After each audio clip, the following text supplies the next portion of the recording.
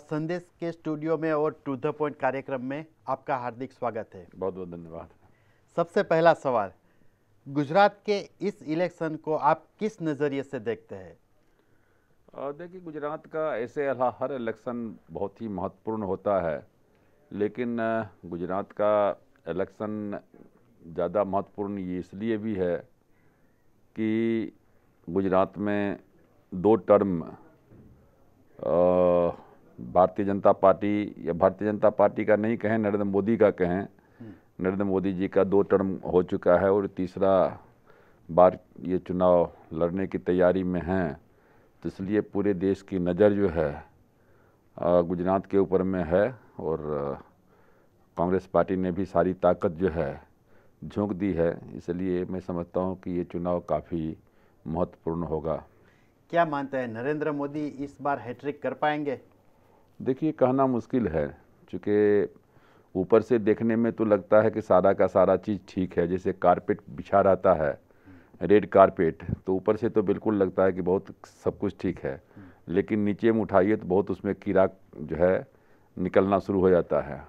तो इसलिए 2 टर्म रहने के बाद काफ़ी कुछ कहना मुश्किल हो जाता है। इसलिए कि अब जहाँ कहीं भी देखिए, चाहे आंध्र प्रदेश में चंद्रबाबू नायडू की सरकार थी, कभी प्राइम मिनिस्टर का ख्वाब देख रहे थे, लेकिन 2 टर्म के बाद जो है सो सरकार ऑटोमेटिक जो है चुनाव हुआ उसमें लोगों ने रिजेक्ट कर दिया।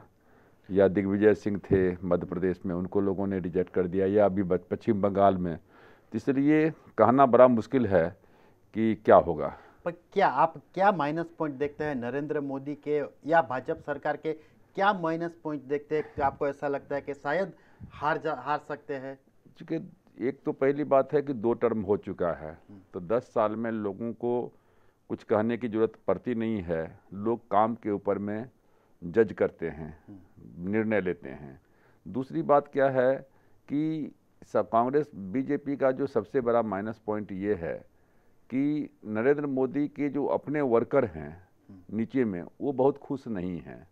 इसलिए कि जब आदमी में अहंकार आ जाए, डिक्टेटर बन जाए, तो फिर वो अपने लोगों से भी दूर चला जाता है। तो नतीजा क्या हो रहा है कि यहाँ एको अहम द्वितीय नास्ति, यहाँ भारतीय जनता पार्टी नहीं है, यहाँ सारा का सारा जो है नरेंद्र मोदी का गुणगान चल रहा है। अब नरेंद्र मोदी का गुणगान चल रहा है तो नरेंद्र मोदी क्या लोगों का जो अपेक्षा है, अब सपोज के लिए मान लीजिए जैसे दलित तबका है, तो हम लोग दलित के बीच में जाते हैं। 77 गांव हैं जहां दलित गांव से निष्कासित हो चुके हैं।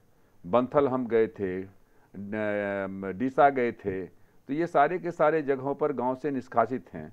इसलिए मैंने कहा कि ऊपर से देखने में सारा का सारा चीज़ ठीक लगता है, इवन जो डेवलपमेंट का मामला है, जो विकास का मामला है, वो भी जितना ढिढोरा पीटा जा रहा है उतना कोई विकास हुआ नहीं है। तो कुल मिलाकर के जो एक तो कार्यकर्ता में जितना पहली बार और दूसरी बार बीजेपी के कार्यकर्ताओं में उत्साह था, उतना उत्साह देखने को नहीं मिल रहा है। दूसरी बात है कि पार्टी में जैसे अब नरहरी जी थे तो कांग्रेस के साथ में थे, तो बीजेपी के साथ में आ गए। इधर केशव भाई पटेल थे, उनका भी एक बहुत अपने समाज में कितना सीट जीतेंगे ये कहना मुश्किल है, लेकिन वोट तो साइजेबल संख्या में उनको मिलेगा, काटेंगे। तो वो सारा का सारा वोट तो कटेगा बीजेपी का, नरेंद्र मोदी जी का ही कटेगा। आपकी पार्टी की बात करें तो लोक जनशक्ति पार्टी ने गुजरात के पूरे 182 सीट में से सिर्फ 48 सीट पे अपने कैंडिडेट खड़े की है, और इतिहास देखा जाए तो आपकी पार्टी का कुछ खास वजूद यहाँ पे नहीं रहा। तो आपका कैलकुलेशन क्या है, क्यों गुजरात में इतनी दिलचस्पी क्यों? देखिए, गुजरात में आपको मालूम है कि 2002 में जब सांप्रदायिक दंगे हुए थे तो उसमें कोई आदमी दिल्ली में, चाहे कांग्रेस पार्टी का हो, बीजेपी का हो, किसी पार्टी ने कोई दिलचस्पी नहीं दिखलाया था। अकेला लोक जनशक्ति पार्टी के अध्यक्ष की हैसियत से हमने, भारत सरकार के मंत्री थे उस समय में, अटल बिहारी वाजपेयी जी के सरकार में कैबिनेट मंत्री थे, और हमने गुजरात के सवाल को लेकर के, गोधरा के इशू को लेकर के हमने इस्तीफा दिया था। लेकिन उसके बाद हम चुनाव कभी नहीं लड़े। लोकसभा का चुनाव में हमको बहुत लोगों ने कहा कि साहब आपको चुनाव लड़ना चाहिए, चूँकि आपका बहुत नाम फेम है, 95 दिन तक यहाँ रहे। लेकिन हमने कहा कि नहीं, हम कोई पॉलिटिकल लाभ उससे लेना नहीं चाहते हैं। फिर असेंबली का चुनाव हुआ, फिर लोकसभा का चुनाव हुआ, फिर असेंबली का चुनाव हुआ पिछली बार। उसमें खाली हम एक सीट पर चुनाव लड़े थे, मुकेश गुजर का, वो भी कांग्रेस के रिक्वेस्ट के ऊपर में, लेकिन कांग्रेस ने वहाँ भी साथ नहीं दिया। तो नतीजा है कि पार्टी का वर्कर हमने 182 विधानसभा में सभी जगहों पर पार्टी का हमारा प्रभारी इलेक्शन जो है बना दिए थे। तो प्रभारी तो बन गया था, लेकिन अब सब लोगों की ठीक है साहब, हम 5 साल तक जिंदाबाद करते हैं, आपके साथ में रहते हैं, और चुनाव का समय आता है आप हमको एक टिकट भी नहीं देते हैं, हम पैसा तो नहीं मांग रहे हैं आपसे।